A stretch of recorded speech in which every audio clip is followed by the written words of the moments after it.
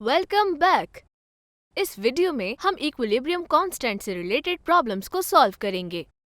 वो स्टेप्स याद करते हैं जो हमने डिस्कस किए थे। इससे हमारे लिए उन प्रॉब्लम्स को समझना काफी आसान हो जाएगा। पहले हमें इक्विलिब्रियम कांस्टेंट की एक्सप्रेशन को लिखना होगा। फिर हम दी गई वैल्यूज को केसी एक्सप्रेशन में डालकर सॉल्व करेंगे। तो आइए फर्स्ट प्रॉब्लम को देखते हैं। हमारी पहली प्रॉब्लम में हाइड्रोजन आयोडीन के साथ 25 डिग्री सेल्सियस पर रिएक्ट करता है, जो एक रिवर्सिबल रिएक्शन के जरिए हाइड्रोजन आयोडाइड बनाता है। यह केमिकल इक्वेशन है जिसमें तमाम रेलेवेंट इंफॉर्मेशन है, इंक्लूडिंग इक्विलिब्रियम कॉन्सेंट्रेशंस। तो आइए डेटा कलेक्ट करके शुरू करते हैं।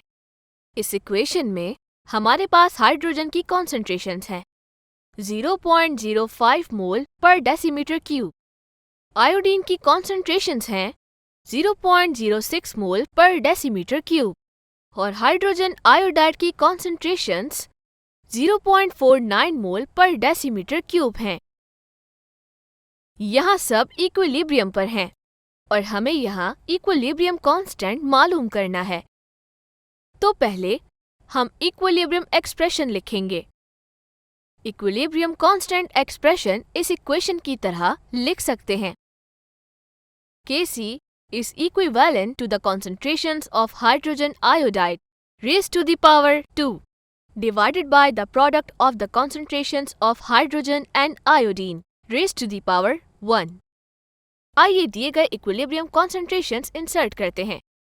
तो वैल्यूज को इंसर्ट करके Kc is equal to the square of 0.49 divided by the product of 0.05 and 0.06.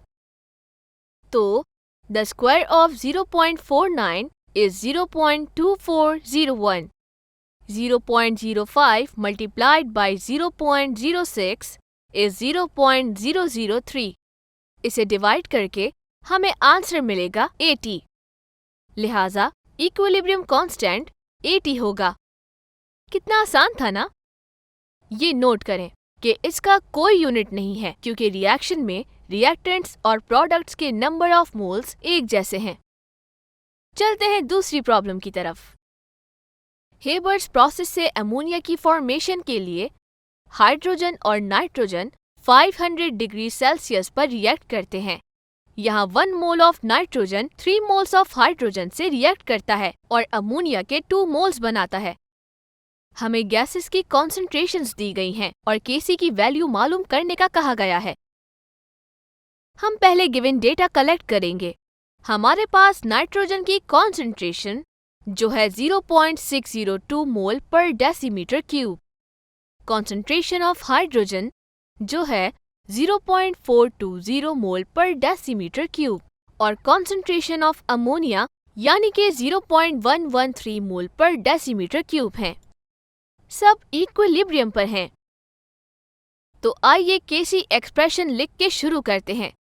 इस रिएक्शन के लिए Kc is equal to the concentration of ammonia raised to the power 2 divided by the product of the concentration of nitrogen and the concentration of hydrogen raised to the power 3। जब हम relevant values को insert करते हैं तो हम Kc को हल करने के काबिल हो जाएंगे।